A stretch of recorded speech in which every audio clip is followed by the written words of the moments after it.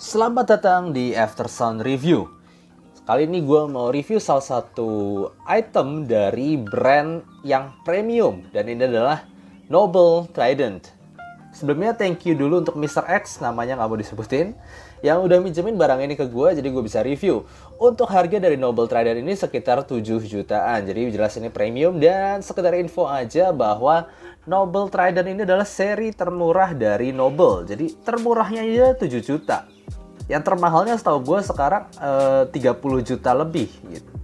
Yaitu Noble Kaiser, dan bahkan katanya ada Noble Sultan, Noble Katana, Noble Kaiser Encore, dan Noble Sultan. Itu 3 tertinggi ya. Gue lupa persisnya berapa, tapi seingat gue ada 20-30 jutaan. Jadi ini memang brand yang premium.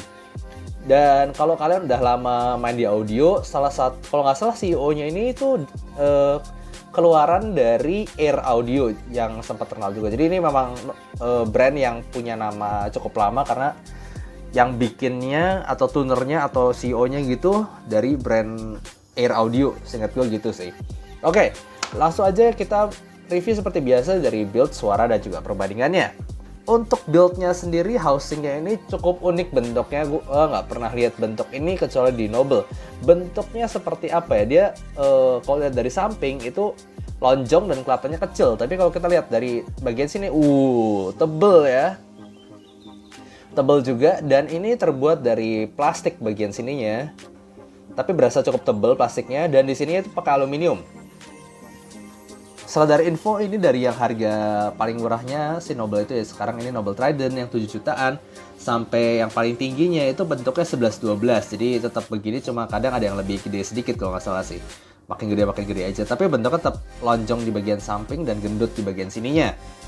Kemudian untuk nozzle-nya sendiri seperti ini. Kelihatan ya, lalu dia ada 2 lubang begitu. Dan ini kadang gue rada susah kalau masangnya, ini kadang-kadang suka belok-belok. Tuh lihat ya, ini rada belok nih, nggak bener dipasangnya. Jadi, nah kayak gini baru bener nih. Jadi hati-hati dengan pas pasang, kalau misalnya salah ya fittingnya salah, suaranya juga salah. Oke, untuk kabelnya sendiri dia pakai dual pin.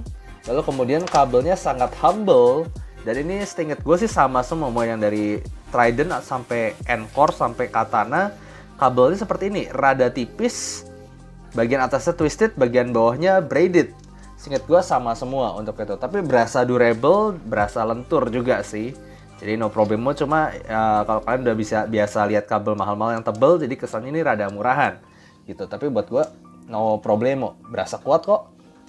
Oke, untuk suaranya sendiri gue akan pakai Vio BTR 3K, kemudian X-Duo X10, dan juga i5 XDSD, serta HP gue sendiri Samsung S10 sebagai source sehari-hari gue.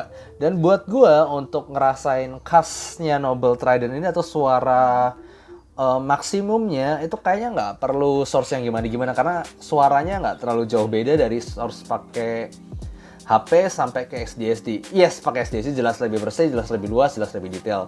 Tapi nggak kayak Hana yang buat gue dicolok HP malah rada jelek gitu ya. Atau Tint T2 Plus yang colok HP buat gue nggak terlalu bagus, harus colok yang ini. Buat gue untuk ini, itu untuk si Noble Trident ini nggak perlu aneh-aneh source-nya untuk bisa kasih suara yang maksimal. Jadi pakai Vio BTR 3K buat gue udah cukup oke. Ini pakai 3 balancer meter ya. Oh ya, by the way, ini adalah lagu-lagunya. Noble Trident ini menggunakan 3 balance armature per sisi. Jadi gue yakin itu bass, mid, treble masing-masing itu pakai satu driver, walaupun tidak dijelaskan secara jelas, tapi biasanya untuk crossover seperti itu. Dan untuk suaranya ini adalah bright. Jadi dari awal kalian dengar ini, pasti yang pertama kali disadarin adalah betapa dia punya energi di frekuensi atas dari upper mid sampai ke treble-nya itu.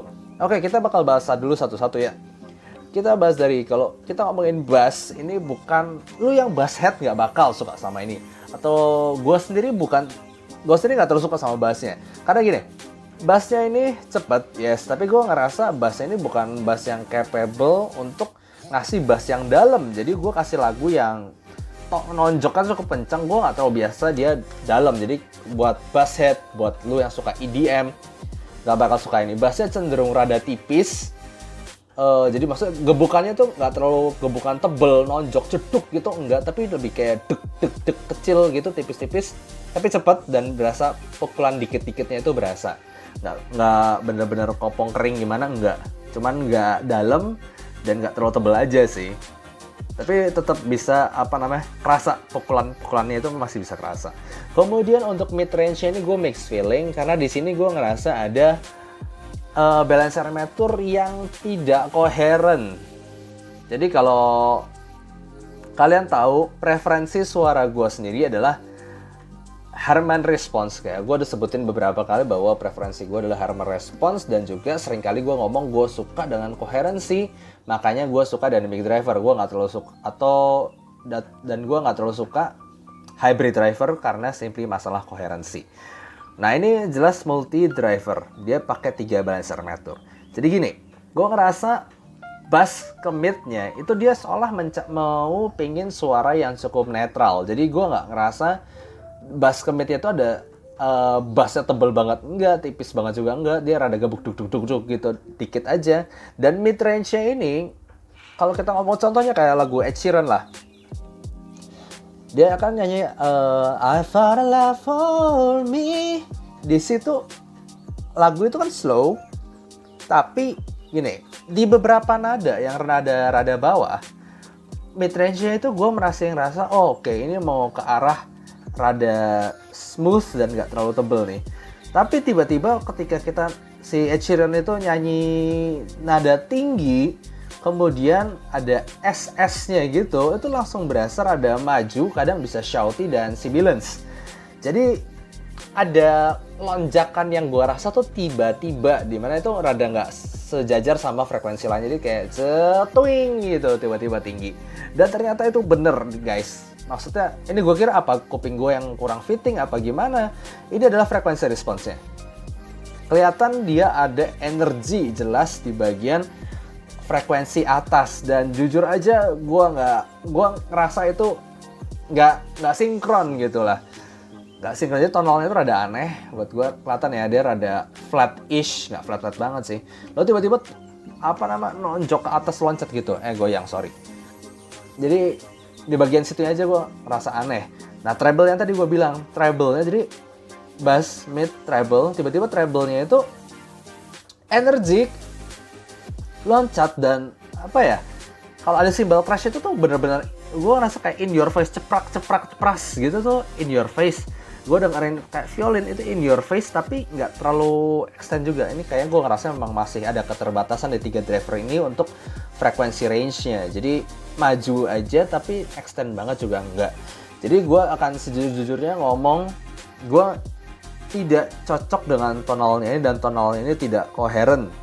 Tapi gini, kalau kalian baca, kalian bakal ketemu beberapa orang ngomong ya suka aja. Jadi gue nggak ngomong ini totally jelek. Gue yakin pasarnya masih ada. Tapi untuk gue yang sukanya suara yang koheren dan juga suara yang Harman response, ini menyimpang dari situ. Gue nggak terlalu cocok dengan suaranya ini.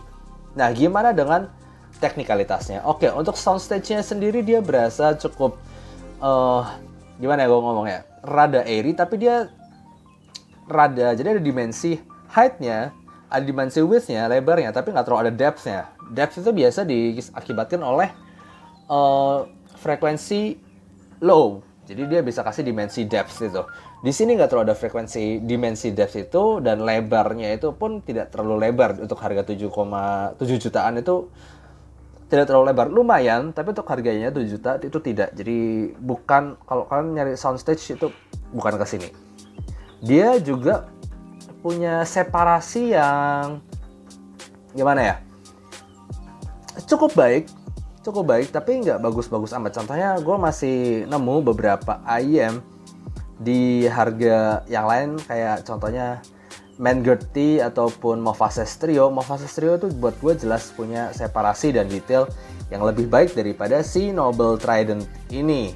Jadi gue ngerasa ini untuk harga 7 juta ini bukan yang terbaik untuk separasi ataupun soundstage. Karena gue udah nyobain Mofase Stereo, waktu itu gue ngomong Wih, itu luas dan juga detailnya bagus banget ya harganya. Tapi kalau kita ngomongin misalnya sama ayam 2 jutaan yang gue punya sekarang kayak Moondrop KXSS, itu jelas beda. Jadi KXSS jelas kalah detailnya. Tapi untuk harga 7 jutaan itu ada yang menandingi ini. Gitu. Maksudnya gue rada ngomong this is not the best kalau kalian cari separasi atau imaging. Gitu. Cuma kalau kalian suka tonalnya nggak apa-apa. Yang penting cobain aja dulu. Nah, gimana dengan perbandingannya? Oke, untuk perbandingannya sendiri jujur aja gue nggak punya yang level 7 juta sekarang. Kebanyakan sudah kalau yang pinjaman itu gue udah balikin.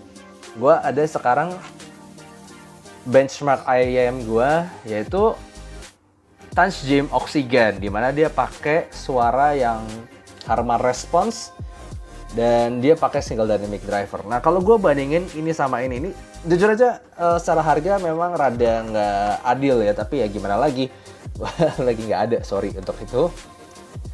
Untuk suara, bass masih jelas lebih ada di sini dan sub bassnya jelas lebih berasa di sini. Dynamic driver as expected from dynamic driver ini benar-benar dynamic driver gue suka banget bassnya. Kemudian mid range-nya lebih berisi di sini. Di Tanchjim Oxygen di sini berasa lebih tipis dan juga tadi gue bilang. Tapi ketika treble tiba-tiba di sini nyerang. Gue ngerasa ekstensinya dua ini sama-sama nggak terlalu tinggi, tapi di sini lebih nyerang, lebih ada presence-nya. Di sini Noble Trident ini lebih ada presence-nya, lebih maju secara positioning. Di sini walaupun extension-nya mirip-mirip, tapi dia lebih mundur secara positioning. Jadi ya kebanyakan Harman begitu sih. Jadi ini jelas secara suara berbeda banget. Yang ini sedikit lebih jelas, ini berasa lebih tebal. Dan ini adalah patokan balance gue. Jadi ini jelas bright gitu. Nah, untuk vertikalitas sebenarnya gue masih ngerasa width-nya itu lebar kanan kirinya nggak terlalu beda jauh antara dua ini.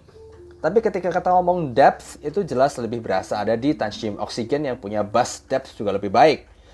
Tapi ketika kita ngomong height atau dimensi tinggi itu di sini lebih berasa karena ya tadi dimensi tinggi juga dipengaruhi oleh frekuensi tinggi, biasanya memberikan kesan airy dan secara positioning di kepala tuh berasa lebih tinggi aja. Kemudian untuk separasi buat gue, separasi lebih baik di Noble Trident. Tapi sekali lagi info aja, ini harganya nyaris 2 kali lipatnya ya. Ini harga 7 juta, ini harganya 4 jutaan, 3,7 atau 3,9 gitu si Tanchjim Oxygen itu sekarang. Tapi jadi gini, in the end gue bakal ngomong kalau secara preferensi gue pribadi yang pakai Harman Signature sebagai preferensi, gue ngomong tonalnya ini gue sangat tidak recommended ya kalau kalian suka Harman Response. Tapi kalau kalian suka suara yang cukup rada nyerang gitu, mungkin untuk rock kali, untuk untuk rock bisa kali, untuk rock atau untuk metal yang cukup nyerang, yang cukup kalian pengen suara yang ada garang di upper mid range, lalu bass yang rada tipis, tapi gue nggak ngomong tipis juga sih, bassnya masih ada rada tebal dikit, tapi cepat, maksud gue cepat dan nggak terlalu nonjok.